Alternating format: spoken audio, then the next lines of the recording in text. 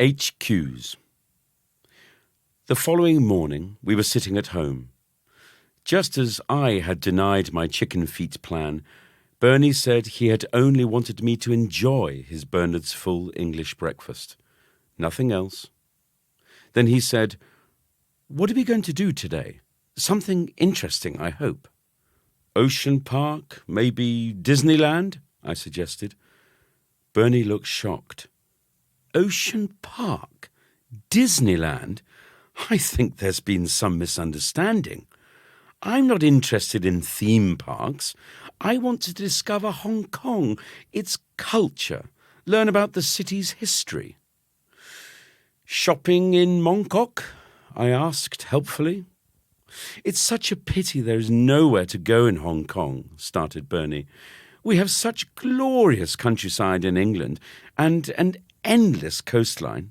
There are forests and historic sites where famous battles took place." I realized I had a problem. Were there any forests in Hong Kong? There were occasional battles in Ledgco, but nothing like those fought in England. I decided to take my cousin to Tap Mun, or Grass Island, in the New Territories. Thankfully, I had been camping there recently and had enjoyed a barbecue, a real Hong Kong cultural experience. I explained to Bernie that Tap Mun had a coastline, great walks, and views. There was even a 400-year-old temple. "I guess that will have to do," he sighed. We took the minibus to Sai Kung and found the number 94 double-decker bus that would take us to Wong Shek Pier. As we paid the bus fare and climbed up its stairs, Bernie explained that he had some important work to do. He would like to sit alone. That was fine by me. He sat at the front of the bus. I made my way to the back. 5 minutes into the journey, I began to wonder what work could be so important. I quietly crept towards the front so I could look over Bernie's shoulder. He was writing something on his mobile phone, paying no attention to the stunning scenery he had craved for earlier. "I can see you, Timothy. Go away." He sounded like a teacher with eyes in the back of his head. I knew Bernie was desperate to tell me what he was up to. "Come on, show me this work of yours, please," I begged. "I'm writing an HQ," he said importantly. "An HQ? What's one of those?" I really had no idea. "Don't you know anything, Timothy? An HQ was first written by William Shakespeare, the greatest writer that has ever lived. From England, of course. You know, Romeo and Juliet, Macbeth, Dr. Jekyll and Mr. Hyde.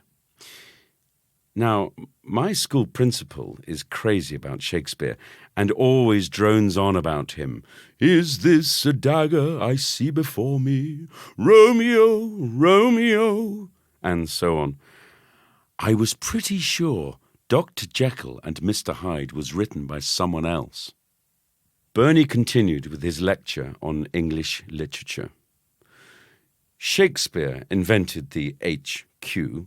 It's a sort of 3-line poem, 5 syllables in the first, 7 in the second, and 5 in the third. I don't suppose you know what a syllable is, do you, Timothy? Ignoring his last question, I realized what my cousin was saying. "I think you mean haiku, Bernie. A haiku, not an HQ. Not invented by your William Shakespeare, made in Japan." I pulled out my own mobile phone and quickly performed a wiki search. Yes, there it was. Me right, Bernie wrong. He knew he could not argue with me, for we all know that Wikipedia was always right. I cannot tell you how good this made me feel. That was until I looked at Bernie. His eyes were filling with tears. Me making Bernie cry would not look good if it got back to my mum. I had to do something, and quickly. Sitting down next to him, I said, "It's okay, Bernie. This is a learning adventure. I think haikus are pretty cool. Let's write one together."